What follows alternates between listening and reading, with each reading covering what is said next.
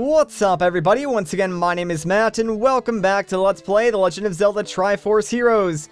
In the last episode, we completed up the Dunes section of the Drablands, and in this episode, well, before we go and explore some new areas, what do you say we take a quick pit stop and head over to Daily Riches and try our luck? That way we can see if we get the grand prize or not. And today, the grand prize is a tiny snowflake. Now, we do have one of these already, but you know what? I'm never gonna say no to a free material, so let's open up this chest, and we got the random sack thing. Oh well, not a big deal. I believe that is our fourth one, so someone said you need 5 of them to create one of the costumes in the game, so we're only one away. So not exactly a terrible thing, but one day I will get the grand prize from that mini game without like them feeling bad for me and just like giving it to me. Alright, so there is a costume I do want to get from Madame Couture's before we go, and that is the Boomeranger costume, since one of the next set of stages makes use of the boomerang a lot, and I think this will be very, very useful. So, figured we should get this, since it is one of the first costumes we could have actually made. It just took us a while to get all the materials, but let's see how we look. Ta-da! There we go. We look like something. Not really sure what we're supposed to be completely honest. Now I know you'll always come back to me. You know, lady, your dialogue is just getting creepier and creepier. Like, seriously, I have no idea what your problem is, but, can you, like, stay away from me in the future? You're creeping me out. Alright, so now that all that is done, let's not waste any more time and get paired up with our doppels. That way we can set off into the Drablands and complete hopefully another 2 set of stages. That'd be nice. But we'll just play it by ear, I guess. And old man, I will never get tired of your oddly violent scream that you make every single time you pair me up with a doppel. It is just music to my ears. Alright, so yeah, now that we're done with the dunes, of course, bonus challenges are available in that area, but we're not really going to worry about those. Instead, whoops, hang on. I want to make my way over to number 7, the ruins. And looks like we're going to start with the Illusory Mansion. And yeah, since we are using the boomerang, we're just going to use the Boomeranger costume, since I think that will make things just slightly more easier for ourselves. So why not? Oh, hey! I remember these platforms from one of the trailers. So yeah, only the correct color Link can actually stand on the correct color platform. So, you know, green with green, blue with blue, red with red. I'm sure you guys get the gist. So that's pretty neat. I was kind of wondering when these were gonna show up. So, this could make things slightly more complicated, since, now I really need to think about, like, where I throw my doppels and make sure I throw the correct color onto the correct platform. So, alright, yeah, I actually got this one right, since, you know, I can just throw blue onto blue, and then we can throw red right over here. I think this was actually one of the parts that was in the trailer. There was also, like, another part that I remember seeing where, like, you were gliding down onto some platform, so maybe we'll encounter that later on. I don't really remember what sort of happened during that segment. I think we were all with, like, cuckoos or something, so we'll have to see if we encounter any cuckoos later on in these stages. Alright, so it looks like I need blue and red to come over here. That way I can grab this chest, which hopefully will contain the key that we need to unlock that door and finish up this first stage. And wouldn't you know it, it does. So we'll just toss that down there.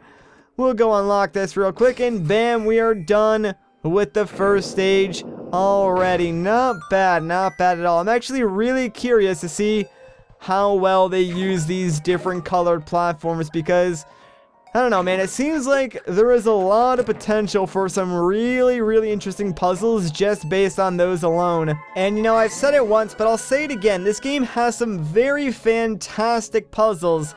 And it kind of makes me wish this was like a more fleshed out traditional Zelda title, because there are some really cool mechanics that this game has. But don't get me wrong, like, I love the idea of multiplayer Zelda games, I always have, and I'm super glad that they made another one. However, I kind of wish, like, the single player was more or less like a sequel to A Link Between Worlds. And I know A Link Between Worlds was already a sequel to A Link to the Past, but I don't know, the multiplayer aspect of this game is great, but the single player is a little bit lacking as a result. And I think maybe if, like, Nintendo gave the single player its own unique campaign, you know, with an overworld, with its own unique dungeons, items, and so on and so forth, and then maybe they incorporated the doppel mechanic on top of that, like giving Link the ability to summon 2 doppels at pretty much any time he wanted to in order to solve puzzles in the overworld or puzzles in the temples and stuff like that.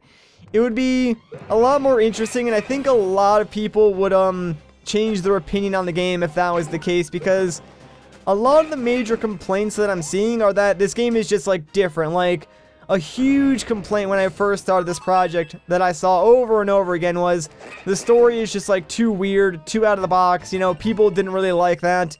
And then later on it was just like, this game doesn't really have an overworld, there's no like actual temples, everything's sort of like segmented.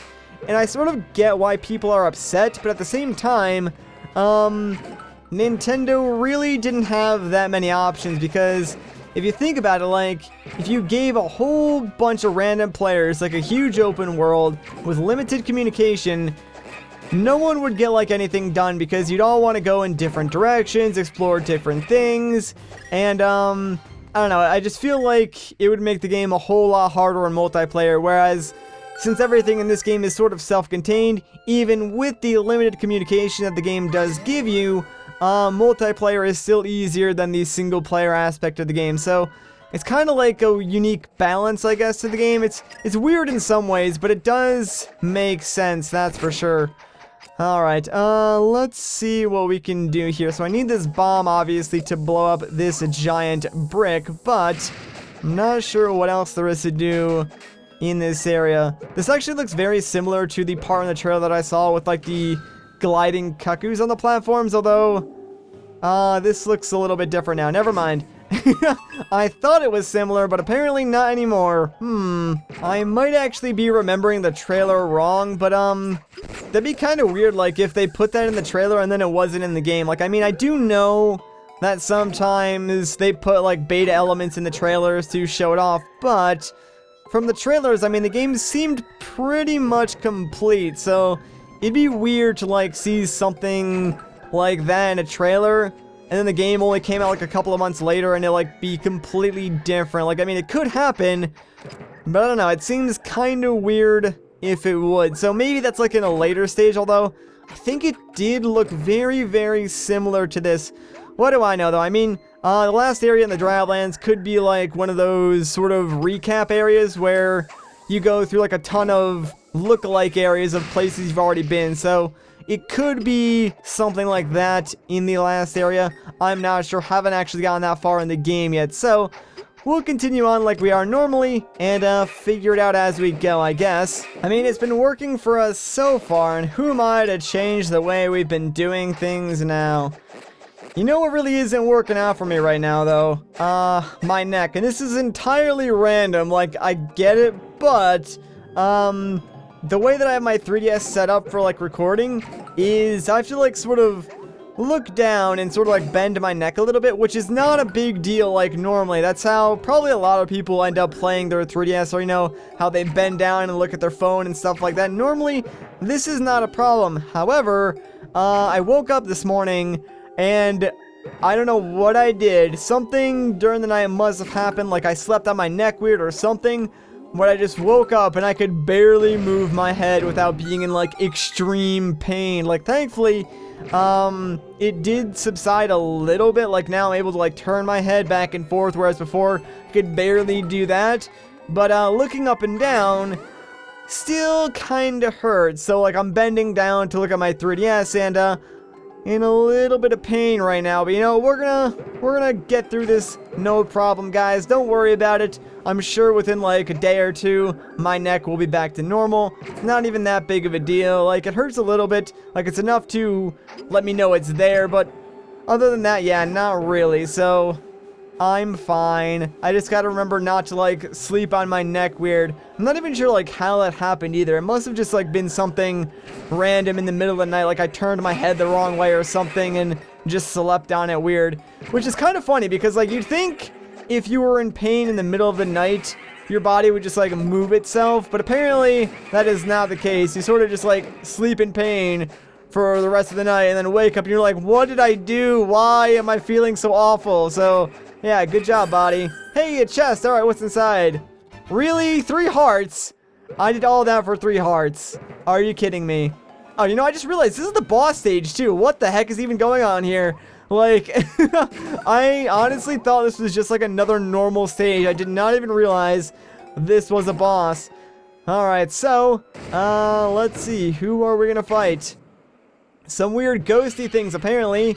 Oh, okay, they pick you up. Oh, really? That's the fight. Are you kidding me? These guys pick you up, and then they throw you off the cliff. Not cool, game. Not cool at all. That is the worst possible way that I could actually lose this, is just constantly being thrown off and losing hearts that way. Wow. That's actually pretty unique. Like, I'll hand it to him. That's very unique, but that is totally not cool. Okay, I actually need to be careful here because I might actually die to these guys. This is something else, that's for sure. Oh, they can damage you normally too. That's good to know. That is good to know indeed. They totally just threw my red link up. Alright, crap. This is not good. These guys are proving to be something special, huh? Alright, you know what? Let's just try and do the good old swap back and forth when we're close to each other tactic, and hopefully not lose any more hearts considering I'm at 2 HP, which is not good. Looks like maybe there's only 1 more ghost left, so we should be able to take care of this guy. Wow, that's an interesting fight. Like, I'll give him that. It's unique, but totally not cool. Alright, there is another ghost up here. Come on, buddy. Come down here. Now we're just going to do the same tactic again and hopefully not make any mistakes. And alright, there we go. We did it. Hooray! Wow, man. Wow. That's really all I have to say about that. I'm glad we survived, but yeah, I could totally see that being a fight that is really hard in multiplayer, since the ghosts might be able to go after like everybody in multiplayer instead of just like the one person that you're controlling. So that's pretty interesting. Anyways, let's pick the middle chest. Why not? We got the mystery extract. Is that the rare item though? Let's find out. Indeed it is. Hooray, we picked correctly for once. Good on us. Alright, so now we're done with the first set of stages, and you know, it really doesn't seem like it took us that long. Again, I should probably get a timer for this, but whatever, not that big of a deal. So, we probably have time to go back in for another set of stages, and you know what? That is precisely what we're going to do. So, come on, Doppels, let's get ready to go and not waste too much time. We got more stages and more areas in the drablands to knock out. So let's head to the Palace Noir. Sounds very interesting. I'll go with the sword suit since, yeah, there's no, like, boomerang or anything else in this stage that we can really power up. And the sword suit is just stinking rad, if I do say so myself. And, ooh, this area is kind of spooky looking.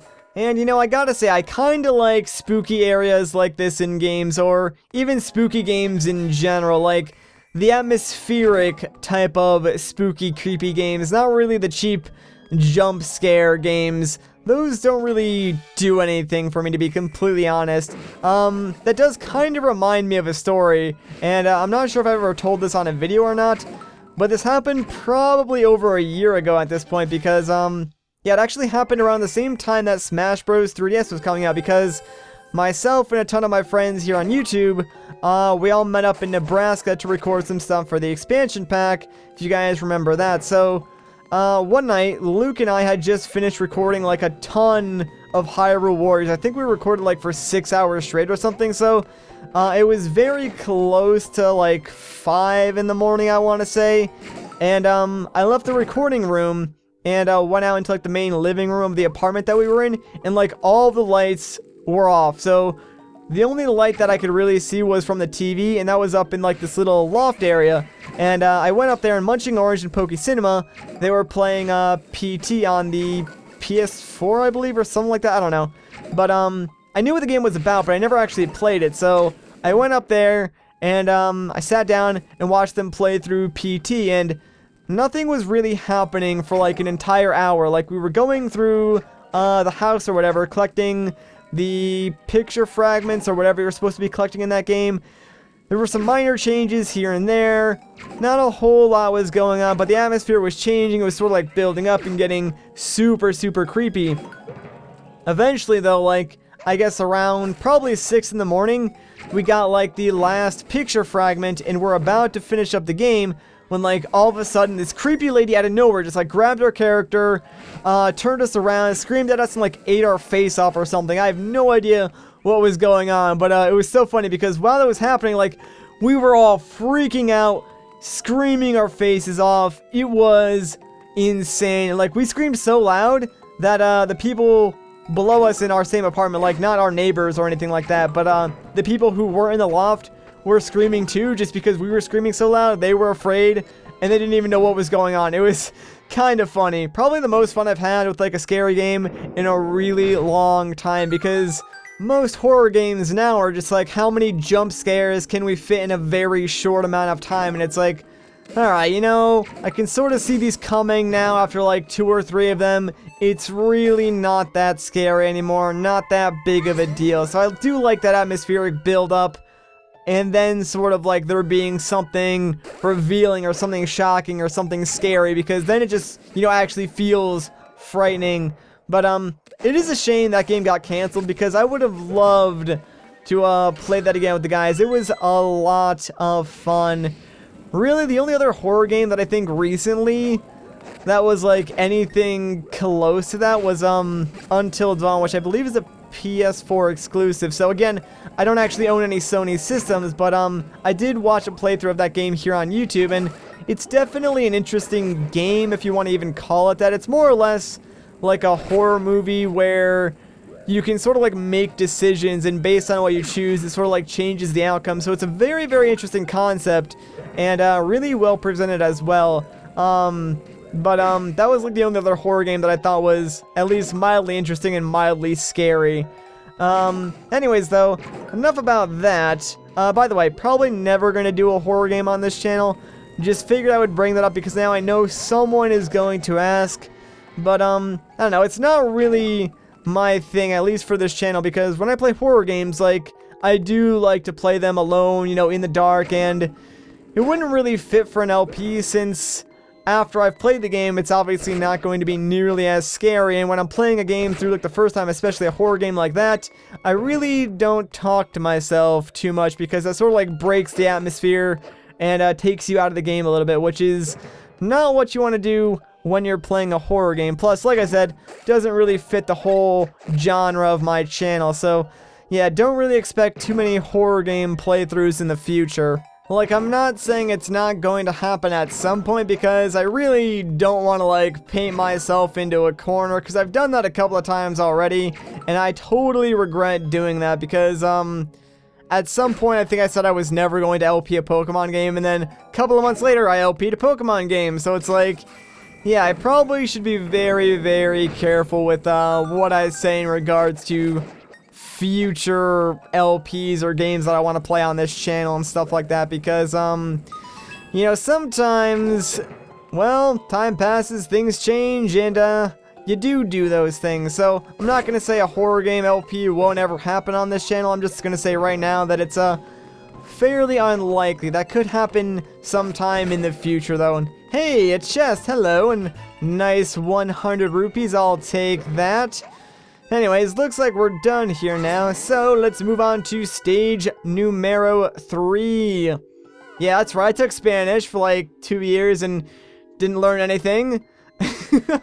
Dude, alright, if there is one piece of advice that I can give to anyone out there, if you're learning a second language in school, try and take it seriously and actually learn the second language, because trust me, it may come in handy in the future, especially if you pick, like, I don't know, a useful second language. I mean, a lot of people take Latin because it's, like, super easy to learn, apparently. I took Spanish, which, when I was taking Spanish, I thought, oh, I'm never ever going to speak Spanish. Well, I mean, a couple years later, Spanish is a pretty popular language, and it would actually be helpful for me to know, so, you know, with a little more hindsight, I could actually know Spanish now and be able to speak it and talk to some different people. Like, I know a couple of friends who speak Spanish, well, and English, but I mean, it would be kind of cool to like talk to them in Spanish since that is like what they naturally know rather than English, but whatever. Obviously, hindsight is 20/20. You live and you learn, you make mistakes, but that's just life. So, yeah, if you are learning a second language, I would recommend actually doing your best to try and get as fluent as physically possible, you know, in your school system with that language, because it will be probably beneficial to you later on down in life, although it does depend on, like, which language you pick and where you live. Like, for me, since I do live in the US, and Spanish is on the rise here, like, learning Spanish probably would have been smarter for me, but like if you live maybe somewhere in like the UK or Europe, maybe learning like French or German maybe would be smarter for you. I'm not really sure like what the major languages are overseas. Like obviously there is English, of course, but I'm assuming like French, German, Spanish, maybe even Italian would be useful over there in certain areas. But you know what, I guess that would make a pretty good comment question, because it's been a while since I've done one of these. So those of you who are multilingual, which languages do you speak? And for those of us like myself who can really only speak one language, like I do know some Spanish but not enough to really have a full conversation with somebody and be able to understand what they're saying. So if you only know one language, you know, what other language would you want to learn? Like, for me at least, besides Spanish, the only, like, 2 other languages that I would maybe want to learn would be Italian, just because I'm Italian, and, probably Japanese. Now, my reason for knowing Japanese is probably different than most. Mine would be more or less for, like, a job reason, because obviously then I could, like, live translate Japanese games, and I wouldn't need to, like, wait for the English releases, so I could, like, LP the Japanese versions of the game, and be able to translate them for you guys in English and stuff like that. So, kind of a weird little reason.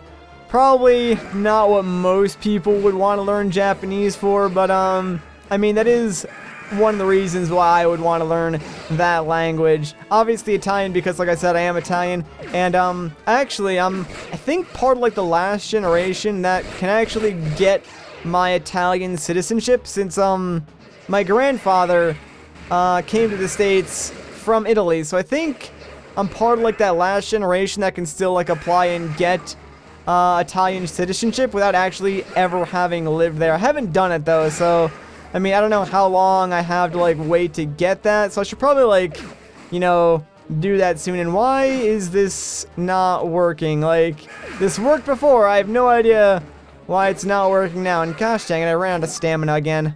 And, you know, that is becoming a problem more and more frequently. There is a costume that does increase your stamina meter, so I should consider building that.